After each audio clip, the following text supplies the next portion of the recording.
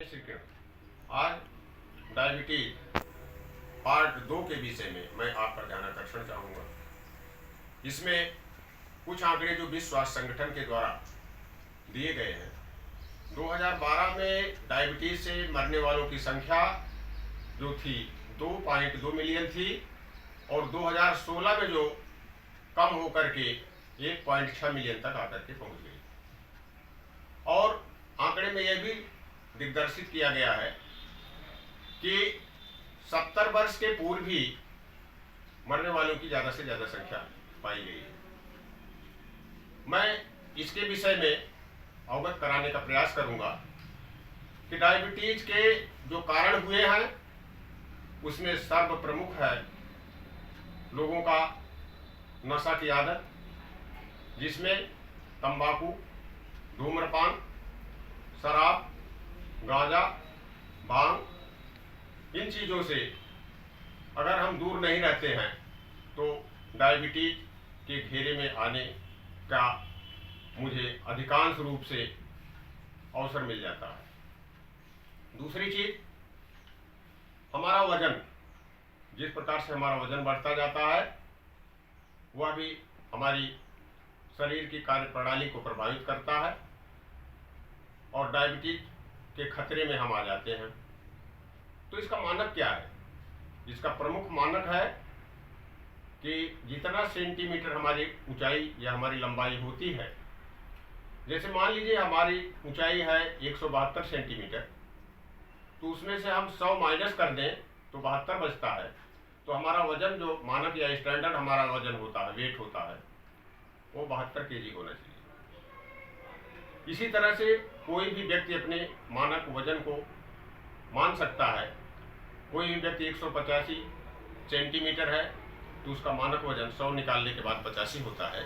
इस प्रकार से अपने स्टैंडर्ड वजन को सभी को आकलन करके उसी के अनुसार अपने वजन को रखना चाहिए।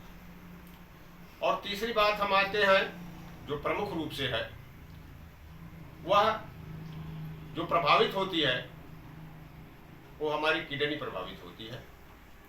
डायबिटीज के कारण हमारी किडनी फेल्योर हो सकती है और विश्व में अधिकांश मामले किडनी फेल्योर के डायबिटीज के कारण हुए हैं। इसके अलावा हार्ट अटैक, मस्तिष्क आघात और पैरालिसिस की जितने भी प्रकरण आए हैं वह डायबिटीज के कारण ही हुए। तो मैं चाहूँगा कि इसके निदान के पहलुओं के हमें विहंगम दृष्टिपात कर लेना भी समीचीन होगा, जिसमें प्रमुख रूप से हमारा आहार, हमारा विहार, हमारी दिनचर्या भी प्रमुख रोल अदा करती है। आहार के अंतर्गत हमें अपने भोजन को इस तरह से प्रयुक्त करना है कि जिसमें फ्राइड चीज़ों से हम बचें, कुक्ड चीज़ों को ज़्यादा हम इस्तेमाल ना करें। अनाज को हम लेते हैं तो उसे अंकुरित लें और फ्रूट का हम सेवन बढ़ाएं, जिसमें से प्रमुख रूप से सेब या ड्राई फ्रूट में अखरोट, बादाम, इनका इस्तेमाल करने से इस बीमारी से हमें निजात मिलने में बहुत ही आसानी होती है। अग्रिम जो बातें हम बताएंगे वह है व्यायाम। व्यायाम के अंतर्गत मुझे 30 मिनट कम से कम इतना श्रम करना चाहिए जिससे हमें पसीने आ जाएं, हमारी शरीर जो हम कपड़े इनर पहने होते हैं वो भीग जाए, जिससे हमारे जितने भी शरीर के अंदर जहरीले पदार्थ वो बाहर निकल जाएं, किडनी का वर्क हल्का हो जाए। जो चीज़ हमें पेशाब से निकलती है वो हमारे पसीने से निकल करके हमारी जहरीली वस्तुओं को शरीर के बाहर निकाल देगी और हमारे शरीर जो है स्वास्थ्य की अनुभूति करेगी। इसके अतिरिक्त हमें अंतिम विवेचन पर आना है, जो मुझे मुख्य रूप से बताना है कि प्राणायाम और ध्यान, इसी बातों को आपको सूक्ष्म विवेचन करते हुए हम अपनी वाणी के विराम देना चाहेंगे। प्राणायाम में मुख्य रूप से कपालभाति प्रति मिनट कितनी श्वास हम इनहेल कर रहे हैं, कितनी एक्सहेल कर रहे हैं, इसका आकलन करना। एक स्वस्थ व्यक्ति को अपनी शारीरिक क्षमता के अनुकूल ही श्वसन की प्रक्रिया को ध्यान में रखते हुए कपालभाति की इनहेलिंग और एक्सहेलिंग इस तरह से करनी चाहिए कि पर मिनट शुरुआत उसे 100 से करके आगे बढ़ाने का प्रयास करना चाहिए कि 1 मिनट में 100, 125, 150।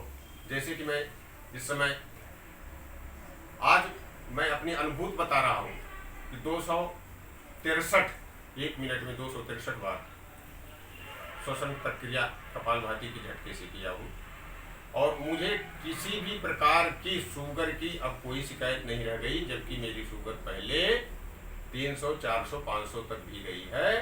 और आज की तारीख में मैं शुगर से पूर्ण रूप से मुक्त हूँ और मेरे निर्देशन में ऐसे 10 लोग हैं जो शुगर की समस्या से निजात पा चुके हैं।